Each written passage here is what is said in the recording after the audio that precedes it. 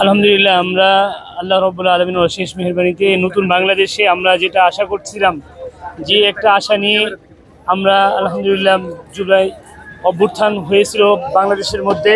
আলহামদুলিল্লাহ আশার প্রতিফলন আলহামদুলিল্লাহ আমরা আজকে দেখতে পাচ্ছি যে একই মঞ্চে আলহামদুলিল্লাহ আমাদের ইসলামী সঙ্গীত হচ্ছে এবং অন্যান্য সঙ্গীত হচ্ছে এবং নারে তাকবীরের ধ্বনি হচ্ছে।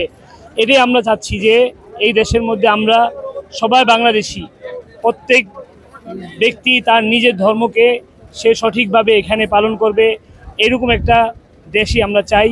আলহামদুলিল্লাহ আজকে যে জুলাই ঘোষণাপত্র পাঠ করা হবে আলহামদুলিল্লাহ আমরা এখানে এটার জন্য অনেকেই সন্তুষ্ট। জঙ্গি বলতে এই দেশে কোনো কিছুই নাই।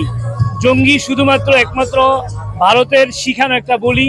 শেখ হাসিনা এই জঙ্গি তকমা দিয়েই তাদের প্রভুদেরকে সে খুশি রাখার জন্য একটা পায়তারা করছিল। এখন আপনি দেখেন আলহামদুলিল্লাহ আমাদের বাংলাদেশে যেভাবে আমরা বুক ফুলিয়ে ওলামা একরাম এবং ইসলামী রাজনৈতিক দলগুলো এবং ইসলামী যে সমস্ত সাংস্কৃতিক অনুষ্ঠানগুলো আলহামদুলিল্লাহ হচ্ছে, এখানে আলহামদুলিল্লাহ কোনো ধরনের বিশৃঙ্খলা নাই। এটাই প্রমাণ করে এই দেশ।